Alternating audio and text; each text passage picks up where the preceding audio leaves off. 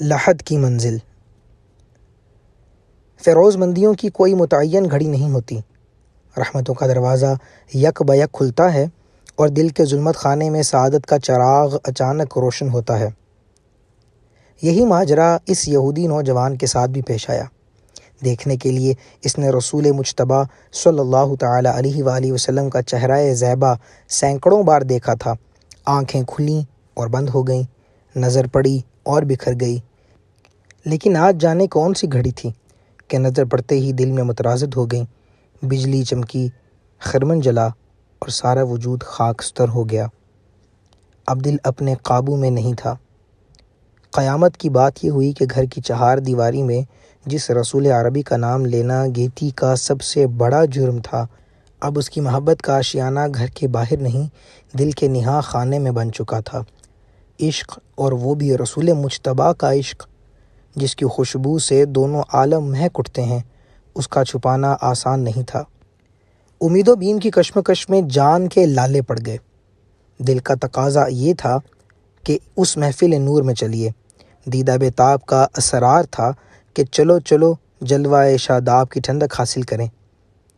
ادھر گھر والوں کا خوف، سماج کا خطرہ، کسی نے ان کی محفل میں جاتے ہوئے دیکھ لیا تو عالم کا محشر برپا ہو جائے گا۔ آہنی دیواروں کے حصار میں دل مبتلا محصور ہو کے رہ گیا تھا۔ قدم اٹھانے کی کہیں کوئی صاف جگہ نہیں مل رہی تھی۔ آخر دل نہیں مانا تو غلبہ شوق میں اٹھے اور مسجد نبوی کے دروازے کے قریب سے گزرتے ہوئے دزدیدہ نگاہوں سے انہیں دیکھ آئے۔ کبھی دوسری طرف رخ کر کے کسی گزرگاہ پہ بیٹھ گئے اور دور ہی سے جلوہ خدا نما کا نظارہ کر لیا۔ اسی طرح دن گزرتے گئے اور دل کے قرین عشق کی چنگاری سلگتی رہی۔ محبت کی تپش سے آنکھوں کی نیند اڑ گئی، چہرے کا رنگ اتر گیا، جی کھول کر رو بھی نہیں سکتے تھے کہ دل کی بھڑاس نکلتی اور غم کا بوجھ ہلکا ہوتا۔ نتیجہ یہ ہوا کہ حالات کے جبر اور جاں گسل ضبط نے بیمار کر ڈالا۔ باپ نے ہر چند علاج کرایا، وقت کے بڑے بڑے طبیب آئے، لیکن کوئی فائدہ نہیں ہوا۔ جسم و تن کی بیماری ہو تو دوا کام بھی کرے۔ عشق کے آزار کا کیا علاج ہے؟ کس مسیحا نے محبت کے مریض کو شفا بخشی ہے جو وہ شفا یاب ہوتا؟ ہزار جتن کے باوجود حالت دن بدن گرتی گئی۔ پھول کی طرح شگفتہ نوجوان سوکھ کے کانٹا ہو گیا۔ ممتا کی ماری ہوئی ماں بالنی پکڑ کے روتی رہتی، باپ پاگلوں کی طرح سر پٹکتا، خاندان کے افراد کفِ افسوس ملتے، لیکن بیمار کا حال کوئی نہیں سمجھ پاتا۔ اب بیمار عشق حیات کی آخری منزل کی طرف تیزی سے بڑھ رہا تھا۔ ناتوانی اور ضعف کی شدت سے آواز مدھم پڑ گئی، زبان کی گویائی جواب دینے لگی، کبھی کبھی ٹھنڈی آہوں کا دھواں فضا میں بکھر جاتا اور بس۔ آج ایک عاشق مہجور کی زندگی کی آخری شام تھی۔ آنکھیں پتھرانے لگیں، جسم کے انگ انگ سے موت کے آثار ابھرنے لگے۔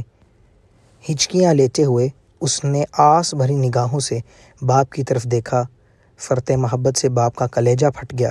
منہ کے قریب کان لگا کر کہا، میرے لال، کچھ کہنا چاہتے ہو؟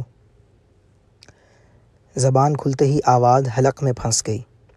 بڑی مشکل سے اتنے الفاظ نکل سکے، آپ وعدہ کریں کہ میری زندگی کی آخری خواہش پوری کر دیں گے تو میں کچھ کہوں۔ باپ نے دردناک اضطراب کے ساتھ جواب دیا، میرے جگر کی ٹھنڈک، یہ گھڑی بھی وعدہ لینے کی ہے۔ تمہاری خواہش پر اپنی جان کا قیمتی سرمایہ بھی لٹانے کے لیے تیار ہوں۔ تم بے خطر اپنی خواہش کا اظہار کرو، وعدہ کرتا ہوں کہ بے دریغ اسے پورا کروں گا۔ بیٹے نے لڑکھڑاتی ہوئی زبان میں کہا، بابا جان، برا نہ مانیں، چند برسوں سے میں محمد عربی کی عقیدت و محبت کے اضطراب میں سلگ رہا ہوں۔ آپ کے خوف سے زندگی کا یہ مخفی راز ہم نے کبھی فاش نہیں ہونے دیا۔ ان کی موہنی صورت، ان کا پرنور چہرہ، ان کی دلاویز شخصیت نگاہ سے ایک لمحے کے لیے بھی اوجھل نہیں ہوتی۔ انہی کی یاد میں سوتا ہوں، انہی کے خیال میں جاگتا ہوں۔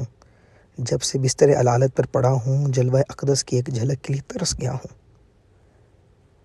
اب جب کہ میری زندگی کا چراغ گل ہو رہا ہے، دل کی آخری تمنا ہے کہ ایک بار ان کے روح طابہ کی زیارت کر لوں اور دم نکل جائے۔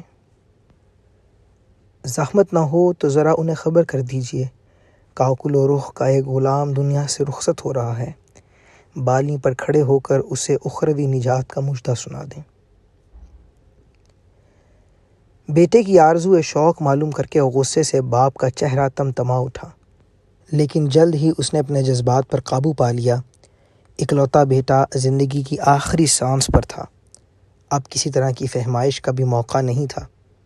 چاروں ناچار بیٹے کا ناز اٹھانے کے لیے دل کو راضی کرنا پڑا۔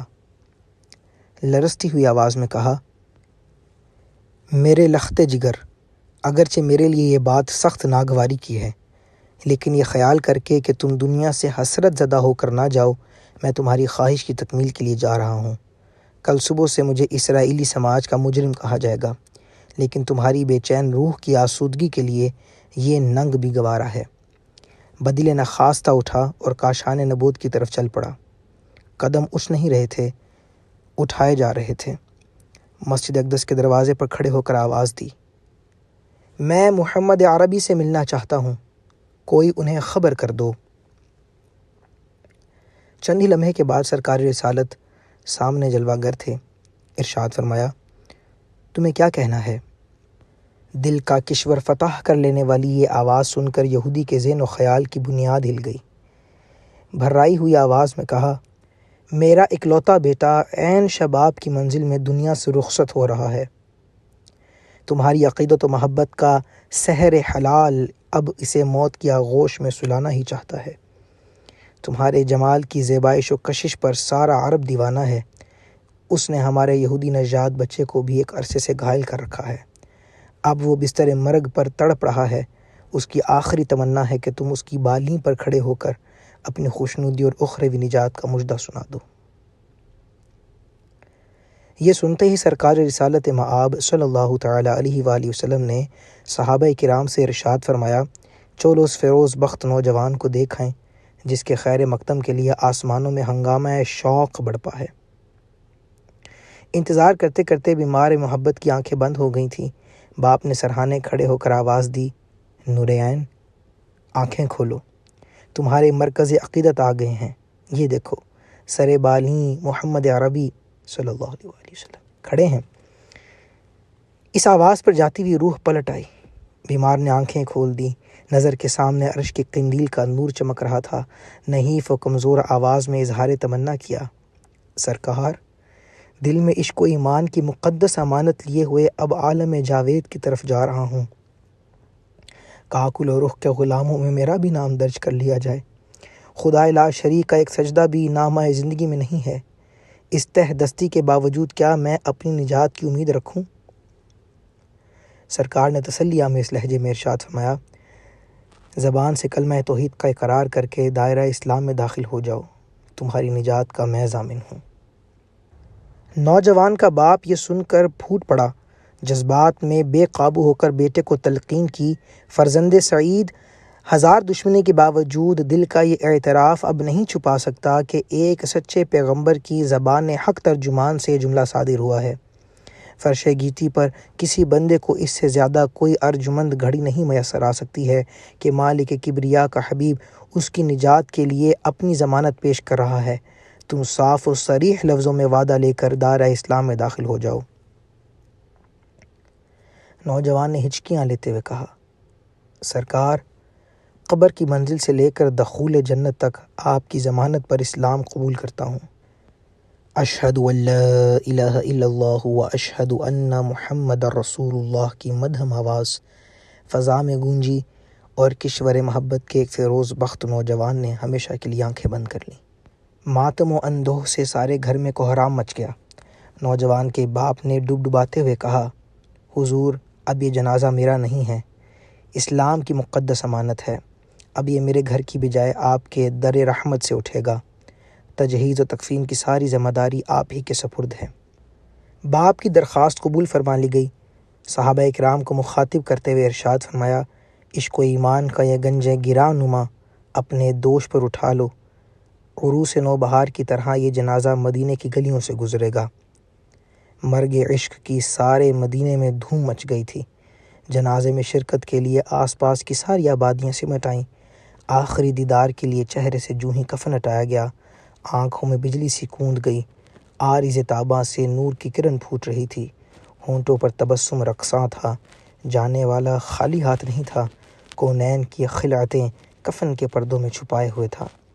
عاشق کا جنازہ تھا، بڑی دھوم سے اٹھا، کثرت ازدحام سے مدینے کی گلیوں میں تل رکھنے کی جگہ باقی نہیں تھی۔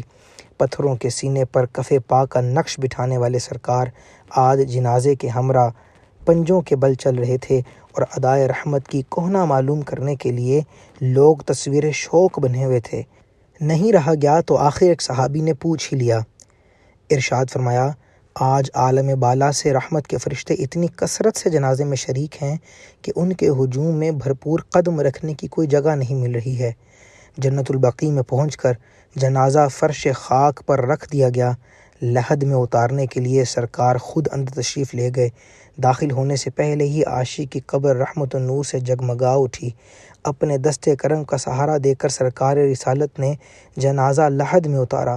کافی دیر کے بعد لحد سے جب باہر تشریف لائے تو پسینے میں شرابور تھے، چہرے پر خوشی کا انبساط لہرا رہا تھا۔ تجہیز و تدفین سے فراغت کے بعد حلقہ بگوشوں نے دریافت کیا، حضور، چہرۂ زیبا پر پسینے کے قطرے کیوں چمک رہے ہیں؟ ایسا لگتا ہے کہ سرکار کو کسی بات کی مشقت اٹھانی پڑی ہے۔